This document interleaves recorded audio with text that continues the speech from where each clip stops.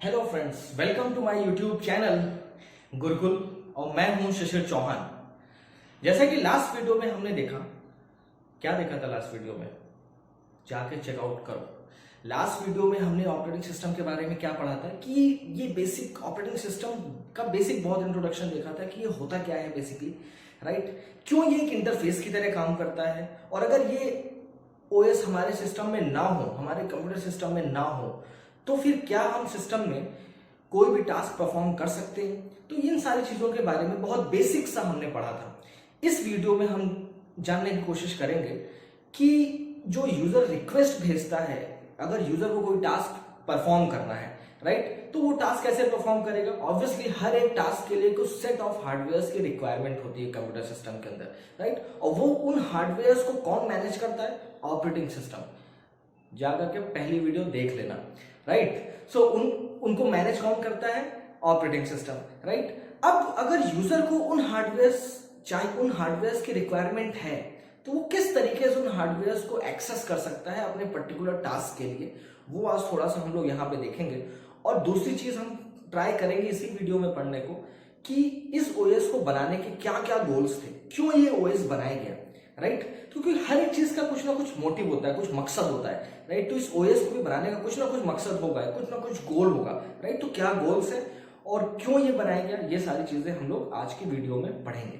सो सबसे पहले हम लोग क्या देखेंगे कि अगर यूजर को कोई टास्क परफॉर्म करना है, किसी टास्क को एग्जीक्यूट करना है, तो वो ओएस से किस तरीके से किसी टास्क को एग्जीक्यूट कर सकता है। Okay, so let's start. कि जैसे कि मान लो आपके पास दो यूजर है, एक का नाम है ए, एक का नाम है बी, राइट। एक यूजर ए है, एक यूजर बी है, और ऑब्वियसली इनके पास, दोनों के पास अपने जो है, दोनों यूजर मानने का मतलब क्या है कि ये दोनों अलग अलग टास्क परफॉर्म करेंगे। मान लो ये T1 टास्क परफॉर्म कर रहा है, अच्छा बी है तो इसको T2 कर देते हैं, ठीक है। T2 टास्क कोई परफॉर्म करना चाहता है और ए जो है कोई T1 टास्क परफॉर्म करना चाहता है, okay, for an example, correct. अब हमें ये चीज पता है, इनको हम क्या बोलेंगे बेसिकली, ये हमारे क्या है, यूजर है, ओके। और हमें एक चीज पता है, लास्ट वीडियो में हमने देखा था कि यूजर और जो हमारे यहां पे कंप्यूटर हार्डवेयर्स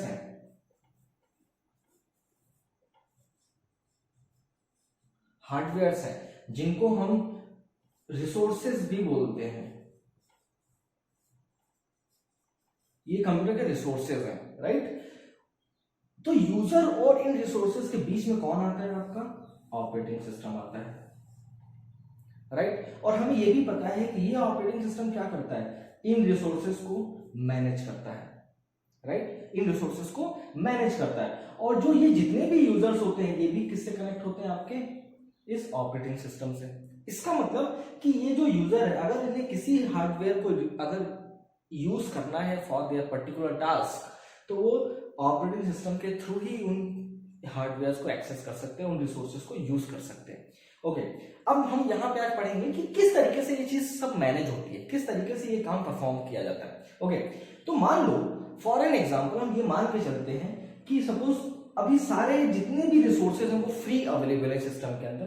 अच्छा, एक और चीज मैं आपको यहाँ पे बता दूं, वैसे इन डिटेल में हम लोग आगे पढ़ने वाले हैं, बट अभी मैं एक चीज आपको बता देना चाहता हूं।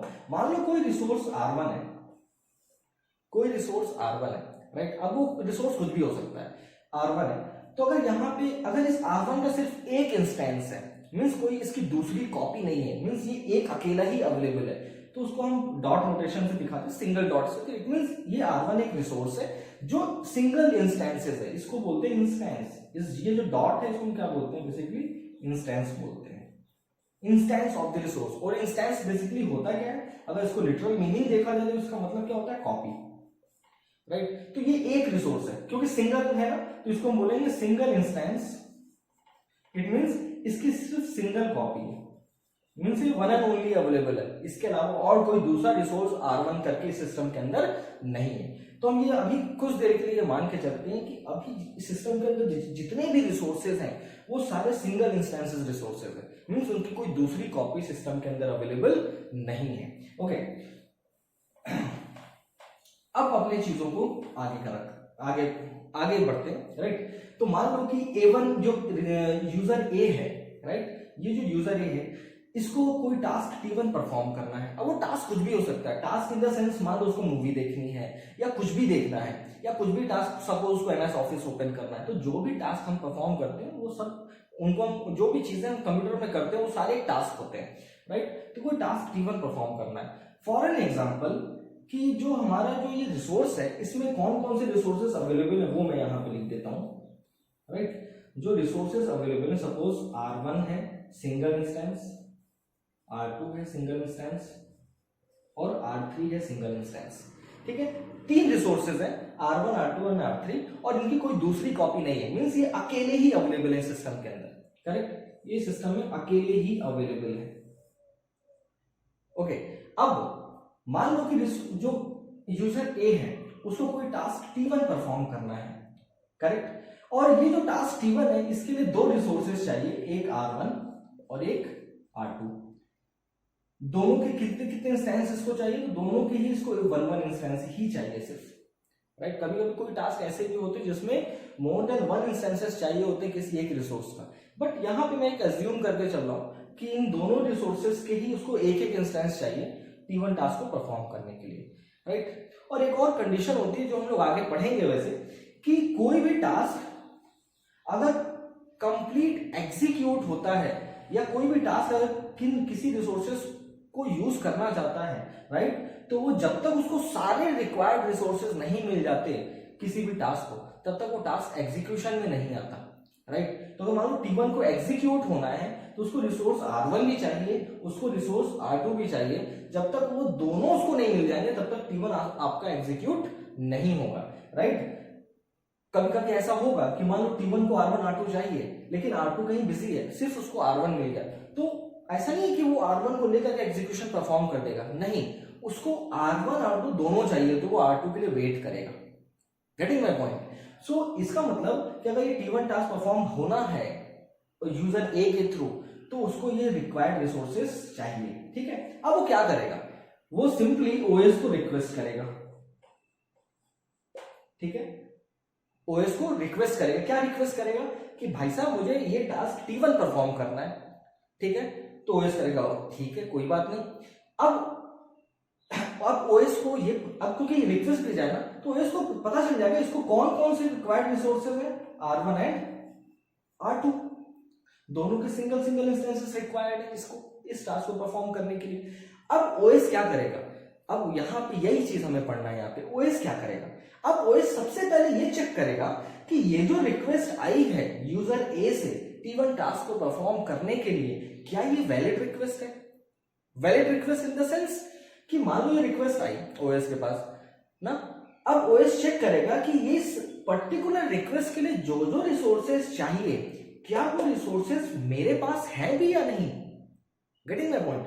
मीन्स वो ये अपनी जो रिसोर्सेज का जो उसके पास बंच है जहां पे रिसोर्सेज रखे हैं उसके, उन रिसोर्सेज में वो चेक करेगा कि वहां पे R1 R2 रिसोर्सेज है भी या नहीं है, ठीक है। वो कहीं अवेलेबल, कहीं बिजी है दूसरे टास्क के साथ, डजंट मैटर, बट सबसे पहले वो ये चेक करेगा क्या रिसोर्सेज हमारे मेरे पास है भी या फिर नहीं है, राइट। अगर ये दोनों रिसोर्सेज हैं सिस्टम के अंदर तो ये जो रिक्वेस्ट है एक वैलिड रिक्वेस्ट होगी, तब ये एक वैलिड रिक्वेस्ट है। अभी ग्रांट नहीं किया उसकी रिक्वेस्ट को, अभी वैलिडिटी चेक कर रहा है सिर्फ, ठीक है, कि रिक्वेस्ट वैलिड है या नहीं। तो अगर दोनों रिसोर्सेज सिस्टम में है इट मींस ये जो रिक्वेस्ट है ये एक वैलिड रिक्वेस्ट है। अगर इनमें से कोई भी रिसोर्स सिस्टम के अंदर है ही नहीं, ठीक है, और रिक्वेस्ट आई है उस रिसोर्स के लिए तो एक इनवैलिड रिक्वेस्ट है, तो वो अंदर सिस्टम में वापस से जाके ये चेक कभी नहीं करेगा कि वो पर्टिकुलर रिसोर्स अवेलेबल है या नहीं या किसके साथ बिजी है, राइट। वो डायरेक्टली यहां से उसको जो है डिनाई कर देगा कि आपकी जो रिक्वेस्ट है वो वैलिड नहीं है, ये this is the invalid request, correct. तो मान लो कि मैं ये बात मान के चलता हूं कि ये जो रिक्वेस्ट है एक वैलिड रिक्वेस्ट है, ऑब्वियसली R1 R2 रिसोर्सेज चाहिए ए को और दोनों ही यहाँ पे प्रेजेंट है, राइट। तो OS चेक करेगा कि वैलिडिटी इसकी, तो वैलिडिटी है इसकी, एक वैलिड रिक्वेस्ट है, तो this request is a valid request at this point of time, okay. Now अब रिक्वेस्ट वैलिडेशन होने के बाद अब OS क्या देखेगा कि ये जो रिसोर्सेज उसको चाहिए क्या ये रिसोर्सेज सिस्टम में फ्रीली अवेलेबल है। फ्रीली अवेलेबल का मतलब क्या होता है कि हो सकता है, क्योंकि ऐसा तो है नहीं कि सिर्फ एक टास्क T1 ही सिस्टम में परफॉर्म होने जा रहा है, सिस्टम में बहुत सारे टास्क आपके, क्योंकि मल्टी प्रोग्रामिंग मल्टीटास्किंग वाले सिस्टम आ चुके हैं, राइट। तो एक बार में मल्टीपल टास्क परफॉर्म हो रहे होते हैं। तो क्या ऐसा तो नहीं है कि कोई ऑलरेडी कोई टास्क जो है इन रिसोर्सेज को ऑक्यूपाई करके बैठा हुआ है, राइट। अगर ऐसा होगा तो वो इसकी रिक्वेस्ट को कभी जो है ग्रांट कर ही नहीं सकता, मीन्स उसको जो है एक्सेस करने को वो रिसोर्स देगा ही नहीं, वो रिसोर्स ओएस कभी इसको एलोकेट करेगा ही नहीं यूजर को, राइट। उसको वेट करना पड़ेगा। तो अभी मान लो कि ये सारे रिसोर्सेज फ्रीली अवेलेबल है फॉर अ चेंज, राइट। तो वो क्या करेगा, इस request based on that request उन रिसोर्सेज को किसको एलोकेट कर देगा, T1 को, T1 टास्क को परफॉर्म करने के लिए ए यूजर को एलोकेट कर देगा। अब क्या होगा कि ए यूजर के पास, जो यूजर ए है उसके पास जो टास्क T1 परफॉर्म करना था उसके लिए दोनों रिसोर्स उसके पास आ चुके हैं, ओके। दोनों रिसोर्स आ चुके, मींस ये रिसोर्स भी आ गया और ये रिसोर्स भी आ गया। तो अब ये दोनों रिसोर्स R1 R2 बिजी किसके साथ हो गए, टास्क T1 के साथ, जो कि यूजर ए का है।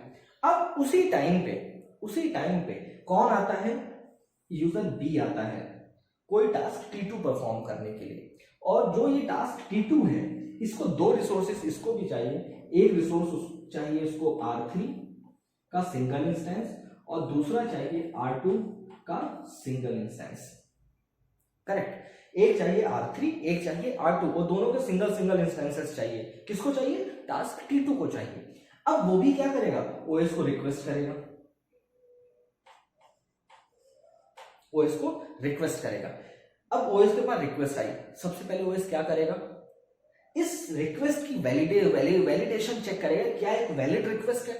वैलिडिटी कैसे चेक करता है वो, कि जो रिसोर्सेस रिक्वायर्ड है उस टास्क के लिए, क्या वो रिसोर्सेस मेरे पास है भी या फिर नहीं सिस्टम में, राइट। अगर वो रिसोर्सेस हैं सिस्टम में तो एक वैलिड रिक्वेस्ट है, नहीं है तो इनवैलिड रिक्वेस्ट है, राइट। तो क्या R3 और R2 सिस्टम में अवेलेबल है, क्या सिस्टम में है, तो बिल्कुल है। R2 यहाँ पे, R3 यहाँ पे, सिस्टम में R2 R3 दोनों है। ऑल्दो मुझे पता है कि R2 किसी दूसरे टास्क के साथ ऑलरेडी इन्वॉल्व है, बट सिस्टम में तो है ना, R2 एग्जिस्ट तो करता है ना सिस्टम में। इट मींस एक ये वैलिड रिक्वेस्ट है, ओके ठीक है। यहां तक बात समझ में आ गई। अब क्या होगा, अब वो चेक करेगा कि ये जो दोनों ही रिसोर्सेज जो इस T2 को चाहिए, क्या ये रिसोर्सेज फ्रीली अवेलेबल है या फिर नहीं, राइट। फ्रीली, क्योंकि फ्री होना बहुत जरूरी है ना, अगर बिजी होंगे तो कैसे चलेगा, फ्री होना चाहिए। तो वो चेक करेगा पहले R3 को, किसी को भी चेक कर सकता है।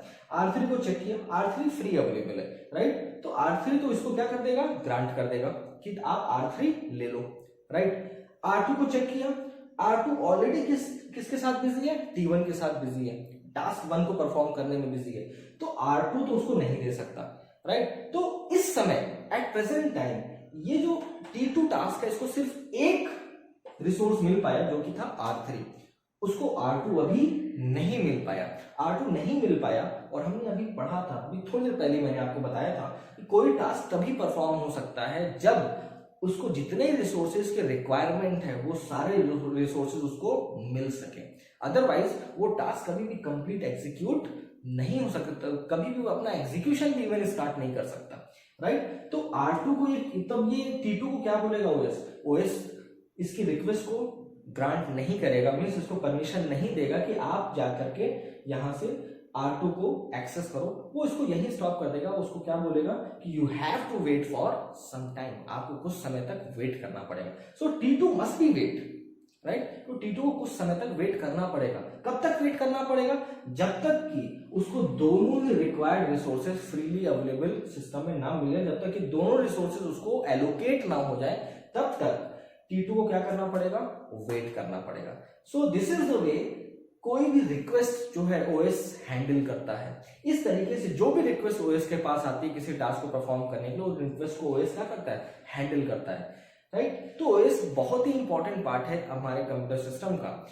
रिसोर्स को मैनेज करना एक बहुत डिफिकल्ट टास्क है। क्यों, क्योंकि अपने आप में जो रिसोर्सेज होते हैं सिस्टम के बहुत कॉम्प्लेक्स स्ट्रक्चर में होते हैं, सिस्टम में बहुत सारे रिसोर्सेज होते हैं, राइट। तो बहुत कॉम्प्लेक्स हो जाता है उनको मैनुअली मैनेज करना, right. We can not manage all the resources, right. वो काम कौन कर सकता है, सिर्फ एक ओएस कर सकता है। इसीलिए इसको सिस्टम का, मैं बार बार हमेशा वीडियो में बोलता हूं कि ओएस को सिस्टम का डॉन बोलते हैं। क्यों डॉन बोलते हैं? बिकॉज इसके पास बहुत बड़े बड़े काम है। ये पूरे रिसोर्सेज को मैनेज करना, रिसोर्स एलोकेट करना किसी भी टास्क के लिए, अगर वो टास्क कंप्लीट हो जाता है तो वहां से रिसोर्स को डी एलोकेट करना, तो रिसोर्स एलोकेशन, डी एलोकेशन, ये सारा काम कौन करता है? ओएस करता है। Getting my point? So OS is a very important part of your computer system, right. अब यहां तो हमने बहुत छोटी सी चीज थी, बहुत माइन्यूट सी चीज थी जो मैंने आपको बताई अभी, जो हमने पढ़ा अभी, लेकिन हमें पता होना चाहिए कि ओएस किस तरीके से, बेसिकली इसकी फंक्शनैलिटी किस तरीके की होती है। अब हम लोग नेक्स्ट पढ़ने जा रहे हैं, एक और कॉन्सेप्ट रह गया इसी के बीच में। क्या वो कॉन्सेप्ट है वो मैं आपको बताता हूं। मैं इसे रब करता हूं सबसे पहले। जैसे कि हमें पता है कि ओएस अपने आप में एक सॉफ्टवेयर है, राइट। तो मान लो कि ये जो आपका लेयर है, ये फर्स्ट लेयर है, ये आपका यूजर लेयर है, ठीक है, जहां पे यूजर होते हैं, करेक्ट। मीन्स हम लोग जहां से कमांड देते हैं, जहां से हमें कोई टास्क परफॉर्म करना होता है, राइट। उसके बाद आपका आ जाता है ये ओएस। तो इसको ऐसे ना बना करके ऐसे ही बनाते हैं। सेकेंड लेयर आपकी हो गई है ओएस की लेयर हो गई, इसको ऑपरेटिंग सिस्टम बोलते हैं। और जो थर्ड होता है आपका, वो क्या होता है आपका? हार्डवेयर की लेयर, या इसको हार्डवेयर अब ना बोल के इसको रिसोर्सेस बोलते हैं।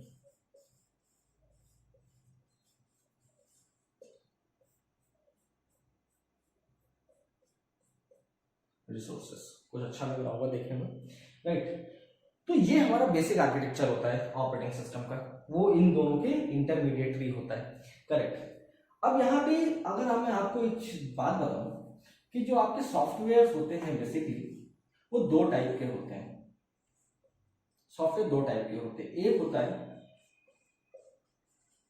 सिस्टम सॉफ्टवेयर, ठीक है, और दूसरा होता है एप्लीकेशन सॉफ्टवेयर।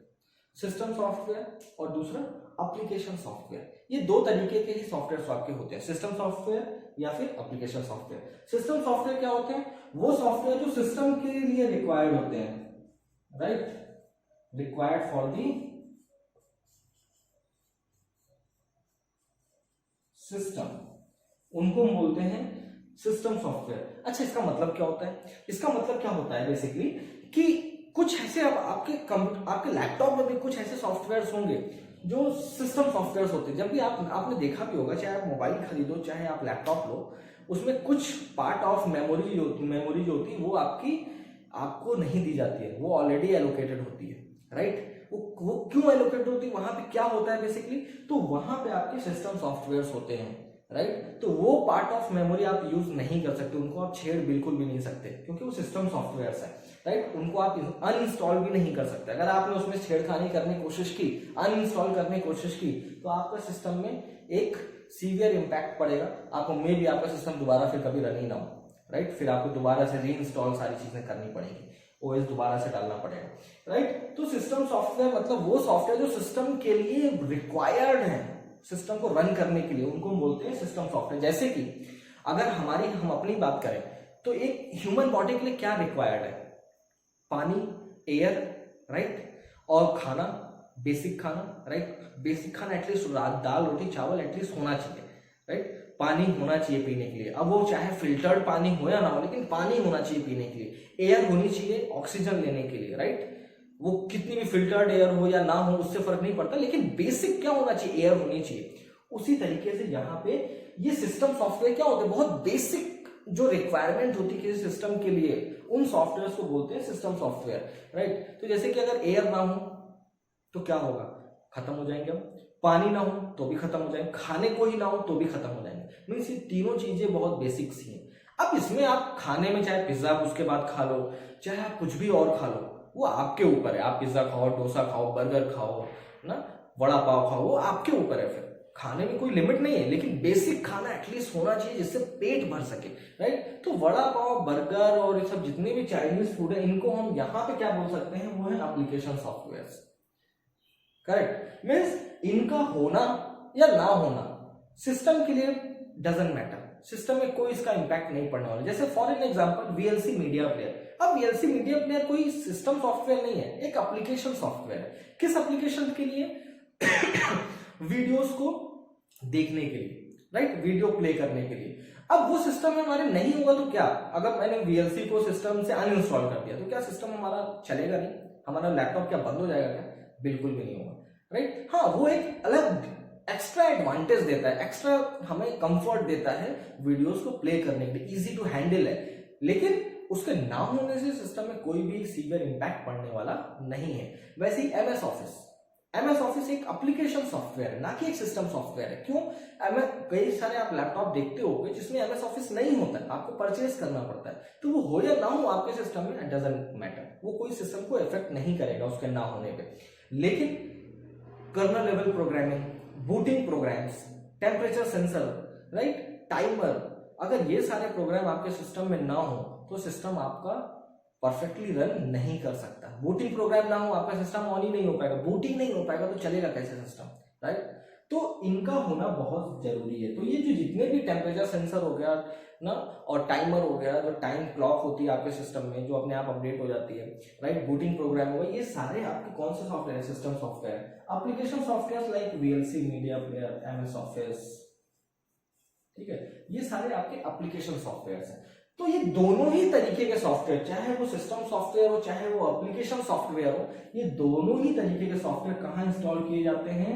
ओएस के सरफेस के ऊपर ही इंस्टॉल किए जाते हैं, राइट। तो ये दोनों ही सॉफ्टवेयर कहाँ इंस्टॉल किए जाते हैं? ओएस के सरफेस के ऊपर। मतलब कि अगर इन दोनों सॉफ्टवेयर्स को भी, इन दोनों टाइप के सॉफ्टवेयर्स को भी अगर रिसोर्सेज की रिक्वायरमेंट है तो वो डायरेक्टली इन रिसोर्सेज को एक्सेस नहीं कर सकता। उसके लिए भी उसे किससे परमिशन लेनी पड़ेगी? ऑपरेटिंग सिस्टम से, करेक्ट। मतलब कोई भी ओएस को क्रॉस करके डायरेक्ट यहां पे नहीं जा सकता, कभी नहीं जा सकता। उसको परमिशन ओएस से लेनी ही पड़ेगी। बिना परमिशन के वो किसी भी रिसोर्स को छू भी नहीं सकता, राइट। तो अगर वीएलसी मीडिया प्लेयर की ही बात करूं, एक एप्लीकेशन सॉफ्टवेयर है, राइट। अगर यूजर कोई मूवी देखना चाहता है, मान लो कोई मूवी देखना मतलब एक टास्क है, तो वो क्या करेगा? वीएलसी पे क्लिक करेगा, उस मूवी के फोल्डर पे क्लिक करेगा, तो वीएलसी आपका बाय डिफॉल्ट अगर एक है एप्लीकेशन तो वो ओपन हो जाएगा, राइट। तो उसमें बेसिकली वीएलसी को कमांड दी, वीएलसी डायरेक्ट इनको एक्सेस नहीं कर पाएगा। वीएलसी किससे रिक्वेस्ट करेगा? ओएस से रिक्वेस्ट करेगा। ओएस फिर जो मैंने आपको जस्ट इसके पहले प्रोसेस बताया, ओएस उस रिक्वेस्ट को वैलिडेट करेगा और फिर ये चेक करेगा कि जो रिसोर्सेज को चाहिए क्या वो रिसोर्सेज फ्रीली अवेलेबल हैं हमारे पास या नहीं। अगर नहीं है तो उसको वेट करने को बोलेगा, अगर है तो उसको प्रोवाइड कर देगा, एलोकेट कर देगा, राइट। इस तरीके से पूरी प्रोसेस आपकी सिस्टम के अंदर रन होती है। तो यहाँ हमने दो चीजें सीखी, एक तो कि किस तरीके से ओएस जो है रिक्वेस्ट को हैंडल करता है, दूसरा कि जो भी जितने भी टाइप के सिस्टम में आपके जितने भी टाइप के सॉफ्टवेयर्स होते हैं, चाहे वो सिस्टम बेस्ड सॉफ्टवेयर हो चाहे एप्लीकेशन बेस्ड सॉफ्टवेयर्स हो, कोई भी सॉफ्टवेयर वो ओएस के सरफेस पे ही इंस्टॉल किया, सो ओएस के ऊपर ही इंस्टॉल किया जाता है, राइट। तो इन डिफरेंट टाइप के सॉफ्टवेयर्स को भी कोई परमिशन नहीं है कि वो डायरेक्ट इन रिसोर्सेज को एक्सेस कर सके। सो इसलिए ओएस को क्या बोला जाता है? सिस्टम का डॉन बोला जाता है। तो आई थिंक दोस्तों आपको ये चीज समझ में आ चुकी होगी कि ओएस का एक ब्रीफ डिस्क्रिप्शन आपको समझ में आ चुका होगा कि ओएस की क्या रिलेवेंस है कंप्यूटर सिस्टम के अंदर, क्यों एक इंटरमीडिएटरी की तरह काम करता है, क्यों इसको सिस्टम का डॉन बोलते हैं, किस तरीके से ये रिक्वेस्ट को हैंडल करता है, और जितने भी आपके सॉफ्टवेयर होते हैं वो ओएस के सरफेस पे ही इंस्टॉल किए जाते हैं। मीन्स किसी भी सूरत में, किसी भी कंडीशन में सिस्टम के अंदर कोई भी इंसान मतलब चाहे वो सॉफ्टवेयर हो चाहे वो यूजर, कुछ भी कोई भी टास्क अगर परफॉर्म होना है तो वो डायरेक्टली रिसोर्सेस को एक्सेस नहीं कर सकता, उसे परमिशन किससे लेनी पड़ेगी? ऑपरेटिंग सिस्टम से। सो यहीं पे इस वीडियो को एंड करते हैं और नेक्स्ट वीडियो में हम लोग पढ़ेंगे गोल्स ऑफ ऑपरेटिंग सिस्टम कि क्या गोल्स थे ओएस को बनाने के। तो इस वीडियो को लाइक कर देना, चैनल को जरूर से सब्सक्राइब कर देना, और अगर आपके कोई कमेंट्स हैं तो प्लीज उसे कमेंट बॉक्स में जरूर लिखना, मुझे बताना, शेयर करना मेरे साथ कि क्या आप और चाहते हो, किस सब्जेक्ट पे वीडियो बनाओ, किस टॉपिक पे वीडियो बनाओ, और चैनल को जरूर सब्सक्राइब कर देना और इस वीडियो को शेयर कर देना सब तक कि उन लोगों तक ये जरूर पहुंचे जिनको सच में इन सब चीजों की रिक्वायरमेंट है, राइट। यही मेरा मोटिव है इस चैनल को ओपन करने का। तो मेरे इस मुहिम में आप भी मेरा साथ दीजिए और आगे बढ़ते हैं, उस चैनल को और ग्रो करते हैं, लोगों तक अपनी वीडियोस पहुंचाते हैं जिससे वो भी एजुकेट हों, और बिना किसी पैसे के, कोई पैसा देने की जरूरत नहीं है किसी भी कोचिंग में कहीं पे भी। जब मैं हूं तो मैं आपको पढ़ाऊंगा। Okay, so take care and have a good day. जय हिंद।